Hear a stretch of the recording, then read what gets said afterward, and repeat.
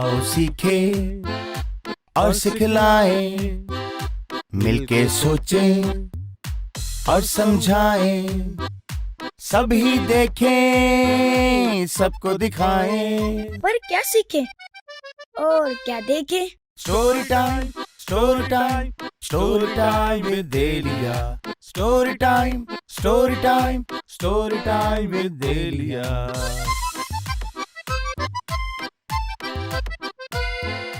बिस्मिल्लाहिर्रहमानिर्रहीम। अस्सलाम वालेकुम प्यारे बच्चों, कैसे हैं आप सब? उम्मीद करती हूँ आप सब खैरियत से होंगे, मज़े में होंगे और महफूज होंगे और हमारे स्टोरी टाइम को बाकायदगी के साथ देख रहे होंगे, क्योंकि मैं आपके लिए लेके आती हूँ रोज़ नई से नई कहानियाँ और उसमें नया से नया मोरल लेसन। इस मोरल लेसन को आप अपनी ज़िंदगी अप्लाई करके बन सकते हैं एक बहुत ही अच्छे से बच्चे। तो चलिए चलते हैं, आज भी अपनी कहानी का आगाज़ करते हैं, लेकिन उससे पहले अपने शो में मौजूद बच्चों से आपका तारुफ करवाते चलूँ। अस्सलाम वालेकुम प्यारे बच्चों। वालेकुम अस्सलाम। कैसे हैं आप सब? ठीक है। आप कैसे हैं? आप ठीक है? आपका क्या नाम है? अली नाम है आपका? अली, आप स्टोरी टाइम देखते हैं? कौन अच्छा लगता है आपको? बकलू अच्छा लगता है। बकलू का नया नाम आ गया है। अस्सलाम वालेकुम बकलू, आपको अपना नाम कैसा लगा? जी बाजी, वालेकुम अस्सलाम। बहुत अच्छा लगा, देखा मेरी फैन फॉलोइंग बढ़ती जा रही है। हाँ जी, आप तो रोज बरोज मशहूर हो रहे हैं। आप तो पहले ही नहीं समझते थे, अब तो आप बिल्कुल ही नहीं समझेंगे। जी बाजी। अरे अली, कैसे हैं आप? ठीक और मुझसे दोस्ती करोगे? Very good. चलिए जो अली, आप ना बबलू से दोस्ती तो कर लें, लेकिन बबलू जैसा नहीं बनना, ठीक है? आपने बबलू को अपने जैसा बनाना है, चलेगा? चले, वेरी गुड। आपका क्या नाम है बेटा? उमर। आप कौन सी क्लास में पढ़ते हैं उमर? प्री नाइन्थ में। अच्छा, तो माशाल्लाह आप बड़ी क्लास में हैं और आप भी देखते हैं स्टोरी टाइम? अच्छा, तो कौन सी कहानी आपको सबसे अच्छी लगती है? शेर वाली। अच्छा, और आप? मुझे चीते वाली कहानी अच्छी लगती है। चलिए, अच्छी बात है। तो वेलकम कहते हैं आपको अपने प्रोग्राम में और कहानी को शुरू करते हैं। और बबलू से ज़रा कुछ गपशप कर लें। बबलू, आप सुनाएं, आप कैसे हैं? मैंने तो आपसे आज पूछा ही नहीं। बाजी, मैं बिल्कुल ठीक ठाक हूँ। आप हुक्म करें, आपको एक काम बताएं। मैं ये महीनों का काम जो है वो आपका 2 दिन में कर दूंगा, इतना एक्टिव हूँ मैं। हाँ, खैर है बबलू, कोई जिन वाला चिराग हाथ लग गया जो यूं फला काम जल्दी जल्दी हो जाएगा। अरे बाजी, खैर है, आप मुझे जिन बनाना चाहती हैं क्या? आप बना सकती हैं मुझे जिन? हाँ बबलू, खैर है, कभी आपको शेर बनना है तो कभी आपको जिन बनना है। जिन खैरियत से बनना है। अच्छा चले, फॉर एग्जाम्पल आप जिन बन गए तो क्या करेंगे? अरे बाजी, मैं जिन बन गया तो मजा आ जाएगा। अच्छा। मैं फिर बस में बैठूंगा, किसी को नजर नहीं आऊंगा, ट्रेन में बैठूंगा, किराया नहीं दूंगा, बड़ा मजा आएगा। हद है बबलू, आपके पास इतनी बड़ी पावर आएगी, यानी आप जिन बन जाएंगे और आप सिर्फ अपनी जो है ट्रेन की और बस की टिकट ही छुड़वाएंगे? नहीं बाजी नहीं।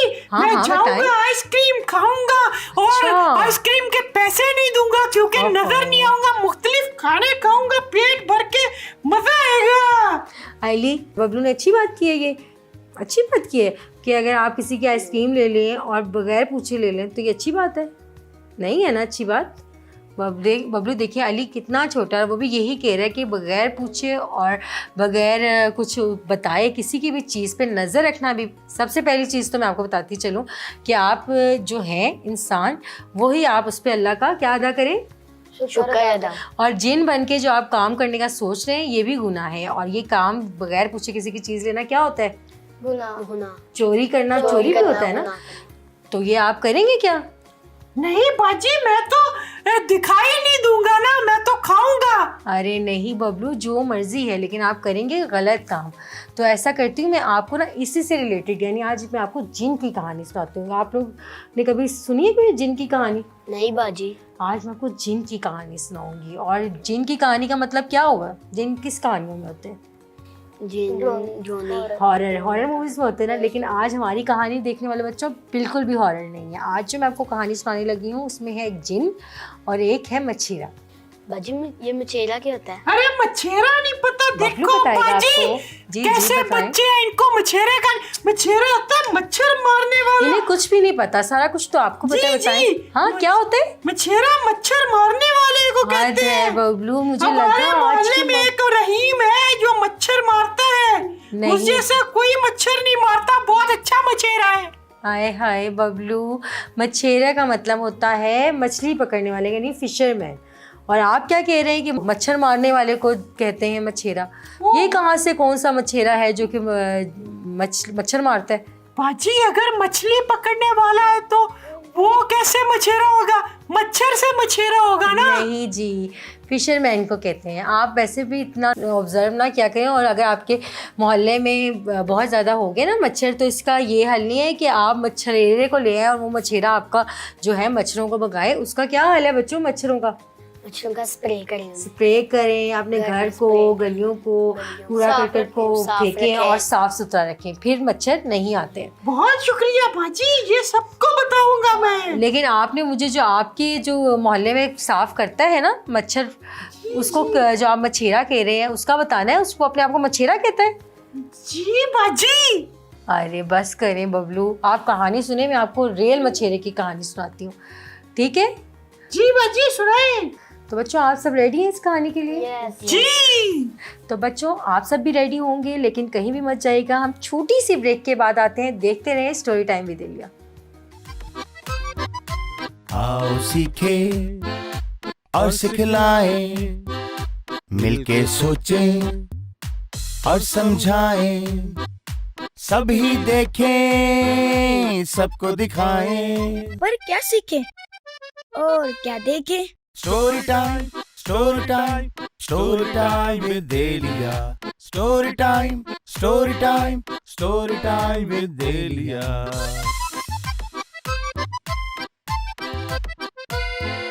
वेलकम बैक प्यारे बच्चों, एक दफ़ा फिर स्टोरी टाइम में खुशामदीद। तो जी हम सुनाने लगे थे आपको एक जिन और मच्छेरा की कहानी। हुआ ये है कि एक समंदर के पास एक बस्ती होती है, वहाँ पे बहुत सारे मछेरे रहते होते हैं। तो एक मछेरा जिसका नाम होता है करीम, वो समंदर में रोज़ जाता है और अपना जाल फेंकता है। किस लिए जाल फेंकता है? मछलियाँ पकड़ने के लिए। वेरी गुड, मछलियाँ पकड़ने के लिए रोज़ जाल फेंकता है। और उसका एक असूल होता है, वो सिर्फ 3 बार ही जाल फेंकेगा, और अगर उसकी किस्मत में मछली हुई तो ठीक है, वरना वो सिर्फ घर वापस चला जाएगा और उस दिन वो भूखा ही सोएगा। कोई सोच सकता है वो क्यों भूखा सोएगा? ये तो बहुत अफसोस की बात है। अगर मैं उसका पड़ोसी होता तो उसे रोज खाना देता, लंच देता। बहुत अच्छी बात है बबलू ये तो। लेकिन पहले के दौर में लोग सिर्फ उस दिन वही कमाते थे, जो कमाते थे वो वही खाते थे। लेकिन अगर उनके पास कमाई नहीं होती थी तो वो नहीं मतलब भूखे सो जाते तो थे। बाजी वो फिर स्कूल, डॉक्टर और इनकी फीस कहाँ से लाते थे? बबलू आपने बिल्कुल ठीक कहा है कि ऐसा ही था। पहले वक्त के जो लोग थे वो बहुत सेहतमंद होते थे और वो इतना ज़्यादा बीमार भी नहीं होते थे। उसकी वजह ये थी कि वो लोग सुबह जल्दी उठते थे और रात को टाइम से सोते थे। और सबसे बड़ी बात है वो बहुत ज़्यादा मेहनत करते थे और वो इसलिए बीमार भी नहीं होते थे। और दूसरी बात जो बबलू ने की है कि स्कूल की फीसेस वगैरह, जैसे कि आजकल बहुत ज़्यादा फीसेस होती हैं ना स्कूल की, और ट्यूशन फीस, ट्रांसपोर्ट के कितने सारे एक्सपेंसेस होते हैं। तो पहले के ऐसा बिल्कुल नहीं था, बल्कि स्कूल टीचर्स जो मदरसे वगैरह होते थे वो बिल्कुल फ्री होते थे। अरे बाजी काश मैं भी उस दौर में पैदा होता, कितना मजा आता। लेकिन बबलू आप उस दौर में भी बिल्कुल खुश ना होते। क्यों बाजी? मैं भी उस दौर में फिर सेहतमंद होना था। और बबलू लेकिन तुम कितनी बातें क्यों करते हो? हाँ बताइए बाजी, बच्चे मेरी बातें सुन के एंजॉय कर रहे हैं। आप लोग भी बबलू की बातों से एंजॉय करते हैं, तो इसलिए बबलू इतनी ज्यादा बातें करता है। अच्छा ठीक है बबलू, कहानी की तरफ बढ़े आगे। जी जी तो बाजी। भाई कहानी की तरफ बढ़ते हैं बच्चों। और बबलू ने खूब बातें कर ली हैं। कहानी में होता ये है कि उस दिन भी मछेरा जाता है और समंदर में अपना जाल फेंकता है। जैसे ही वो समंदर में अपना जाल फेंकता है और जाल बाहर निकालता है तो उस जाल में कुछ भी नहीं होता, बल्कि पत्थर और छोटे छोटे कंकर होते हैं। अरे कंकर मछलियों की जगह, ये क्या हुआ? हाँ, तो वो नहीं निकली मछली, तो उसने जब जाल डाला और वापस जब उठाया तो उससे पत्थर और छोटे छोटे जो कंकरियाँ सी होती है ना, जी जी, वो आ जाती हैं। तो दोबारा वो फिर जो, क्योंकि उसने कितनी दफ़ा ट्राई करना होता है, उसका क्या असूल था? 3 दफा ट्राई करना है। तो वो ऐसे ही करता है। नेक्स्ट टाइम फिर जाल पानी में फेंकता है और फिर जाल को जब वो उठाने लगता है तो जाल बहुत भारी हो चुका होता है। तो वो दिल में खुश होता है, लगता है बहुत बड़ी मछली उसके जाल में फंसी है। वो जाल को जब खींचता है तो पहले की निस्बत ज़्यादा मोटे पत्थर और कंकरियाँ वगैरह बेचारे के नसीब में आज पत्थर ही है। उसके नसीब में आज मछली नहीं होती। लेकिन लास्ट टाइम वो फिर ट्राई करता है और दिल में सोचता है और अल्लाह से दुआ करता है कि या अल्लाह इस बार मुझे भूखा ना सोना पड़े। खैर वो फिर जाल फेंकता है और दोबारा खींचता है तो कुछ भी नहीं निकलता, दोबारा की तरह पत्थर ही होते हैं। वो कुछ भी नहीं बोलता है और दिल में कहता है कि शायद अल्लाह की इसी में कोई बेहतरी है, अल्लाह यही चाहता है कि मैं शायद आज मुझे कुछ खाने को ना मिले। तो जब वो जाल रख रहा होता है तो देखता है कि उस पत्थरों के बीच में एक चिराग उसको मिलता है। अरे बाजी चिराग, हाँ जी, इसमें क्या होगा? मुझे तो डर लग रहा है। बिल्कुल सही, आप बिल्कुल ठीक डर रहे थे। उसमें क्या होगा बच्चों, आप बताएं। जी चिराग का नाम बच्चों लेते ही बच्चों के जहन में आ जाता है कि कोई जिन आने वाला है। तो ऐसा ही होता है, वो चिराग निकालता है और चिराग का ढक्कन खोलता है तो चिराग के अंदर से बहुत सारा धुआं निकलता है और एक बड़ा सा जिन आ जाता है। अरे बाजी, धुआं निकला तो इसमें जरूर खाना भी होगा। बबलू, आपको हर वक्त खाने का, ये जिन और मछेरे के दरमियान खाना कहाँ से आ गया? तो धुआं कहाँ से आ गया बाजी? भाई जब कोई चीज़, भाई था धुआं, कहानी में है धुआं। जब चिराग खोला तो उसके अंदर से धुआं निकला और जिन निकलना था ना। जिन निकलने से लिए पहले वहाँ उसकी वेलकम के लिए बहुत सारा धुआं निकला और फिर जिन बाहर आया और बहुत बड़ा सा जिन। तो रहीम डरकर बेहोश हो गया होगा। नहीं, वो बहुत बहादुर था बच्चों। उसने बड़े बहादुरी से उसको देखा और कहा कि भाई कौन हो तुम? और जिन ने कहा मेरे आका, मैं आपका गुलाम हूँ, आज से मैं आपका गुलाम हूँ, आप जो कहेंगे मैं वो सारे काम करूँगा, लेकिन एक शर्त है, अगर आपने मुझे फ्री रखा यानी फारिग बिठाया तो मैं उसी वक्त आपको मार दूंगा। अरे बाप रे, इतनी बड़ी शर्त! अगर मैं रहीम की जगह होता तो कहता सारे मुल्क की सफाई करो और मुझे सारा खाना लाके दो। जी बिल्कुल, रहीम ने भी कुछ यही सोचा कि इससे क्या कराऊँ ऐसा काम। खैर उस वक्त वो बहुत भूखा था, उसको बहुत भूख लगी हुई थी। उसने कहा मुझे जल्दी से कोई अच्छा सा खाना ला दो। वो जिन जाता है और 1 सेकंड में खाना लेके आ जाता है। रहीम फिर परेशान होता है और सोच में पड़ जाता है कि इसको अब क्या काम दिया जाए।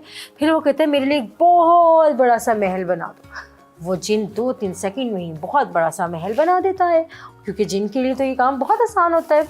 तो रहीम फिर उस महल को देख के खुश होने के बजाय रहीम बहुत परेशान हो जाता है और सोचता है कि क्या करूं ऐसा, इसको ऐसा क्या काम दूं। थोड़ी देर सोचने के बाद, अरे बाजी, ये जिन तो बड़ा सरपिरा है, खुद को गुलाम भी कह रहा है और उसे मारने की धमकी भी दे रहा है। जी बिल्कुल, यानी वो तो एक अजीब तरह से उसको डरा रहा था और रहीम बल्कि परेशान हो गया था। वो कह रहा था कि क्यों मुझे ये चिराग मिल गया है। लेकिन खैर जो रहीम है अपने दिमाग का इस्तेमाल करता है और अपनी अक्ल को झंझोड़ता है और उसके पास एक आइडिया आता है। वो क्या आइडिया होगा बताएं आप लोग। उसने तो उसको बहुत बड़ा कोई काम दे दिया होगा। जी, उसने उसको दिमाग लगाया। उसने कहा इसको इतना बड़े से बड़ा काम भी कह दूँ। अगर महल बनाने में अगर देखा जाए तो अगर हमारे बिल्डर्स बनाते हैं मकान, तो एक मकान बनाने में भी तकरीबन 6 महीने 8 महीने लग जाते हैं, लेकिन उसने महल चंद सेकंड में ही बना दिया था। तो इससे बड़ा क्या काम हो सकता है। तो वो खैर बहुत परेशान होता है बबलू, और वो सोचता है और अपनी अकल का इस्तेमाल करके उससे कहता है कि मेरे महल में एक सीढ़ियाँ बनाओ। फिर वो फौरन ही जो है जिन सीढ़ियाँ बना देता है। तो उसने पलक झपकते बना दी होंगी। जी ऐसे ही होता है, वो फौरन ही वो सीढ़ियाँ बना देता है। फिर उसको रहीम कहता है कि अब इस सीढ़ियों को जब तक मैं तुम्हें ना कहूँ चढ़ते और उतरते रहो, और वो जिन वहाँ पे मसरूफ हो जाता है। और वो सीढ़ियाँ, रहीम तो मेरी तरह बहुत समझदार निकला। जी बिल्कुल, ये रहीम सुने का ना कि वो बबलू की तरह समझदार है तो उसी वक्त बेहोश हो जाएगा। लेकिन रहीम ने इस वक्त बच्चों बहुत अक्लमंदी का काम किया होता है, क्योंकि उसके पास जो ये जो जिन होता है वो उसके लिए मुसीबत बन रही होती है, और वो उसको इस मुसीबत को बड़ी अक्लमंदी से और अपने दिमाग का इस्तेमाल करके उसको मसरूफ़ कर देता है। तो बच्चों आप मुझे बताएं कि आपने इस कहानी से क्या सबक सीखा। अरे बाजी मैं बताऊं? जी बताएं। अरे बाजी, इस कहानी से ये सबक मिलता है कि जिनको काबू करना हो तो सीढ़ियाँ चढ़वाते रहो, उतरवाते रहो। बबलू मुझे यही उम्मीद थी कि जिन को काबू। अच्छा बच्चों आप मुझे बताएं कि इस कहानी में जिन क्या था, कि रहीम के लिए जिन क्या बन गया था। गुलाम तो था, लेकिन उसके लिए वो इस वक्त मुसीबत बन गया था। तो आज के दौर में जैसे कि जिन नहीं है, लेकिन हमारे पास मुख्तलिफ मसाइल या मुसीबतें तो आती है ना। अरे उस वक्त हमें, आप मुझे मुसीबत कहना चाह रही हैं? जी जैसे बबलू हमारे पास मसाइल, जो हमारे मसाइल हैं, ये सारे मसाइल की जड़ जो है ना बबलू, इससे हमने किस तरह छुटकारा पाना है। सीढ़ियाँ चढ़वा के नहीं जी, अक्ल का इस्तेमाल करके, समझदारी के इस्तेमाल करके, और आपको अच्छे और अक्लमंद बना के हम आपकी जो मुसीबत है उससे अपनी जान छुड़ा सकते हैं। समझ आई? जी। तो उम्मीद है बबलू को भी समझ आ गई होगी और मेरे देखने वाले बच्चों को भी आज की हमारी कहानी बहुत अच्छी लगी होगी। तो प्यारे बच्चों, आज की कहानी से हमने क्या सीखा है और आपको क्या समझ आई है, आपने भी अपना फीडबैक हमें ज़रूर देना है। आपको बताती चलूँ कि आज की कहानी का मकसद ये था कि अपने ज़िंदगी में आने वाली मुसीबतों को अक्ल के इस्तेमाल से और दिमाग के इस्तेमाल से उनसे हम उनका हल निकाल सकते हैं। चलिए बच्चों, मुझे दीजिए यहाँ पे इजाज़त। इंशाल्लाह एक नई कहानी के साथ मैं फिर हाजिर होंगी। तब तक के लिए मुझे, बबलू और बच्चों को दीजिए इजाज़त। अल्लाह हाफिज़। अल्लाह हाफिज़। आओ सीखे और सिखलाए, मिलके सोचें और समझाएं, सभी देखें सबको दिखाएं। पर क्या सीखे और क्या देखे? Story time, story time, story time with Delia. Story time, story time, story time with देलिया।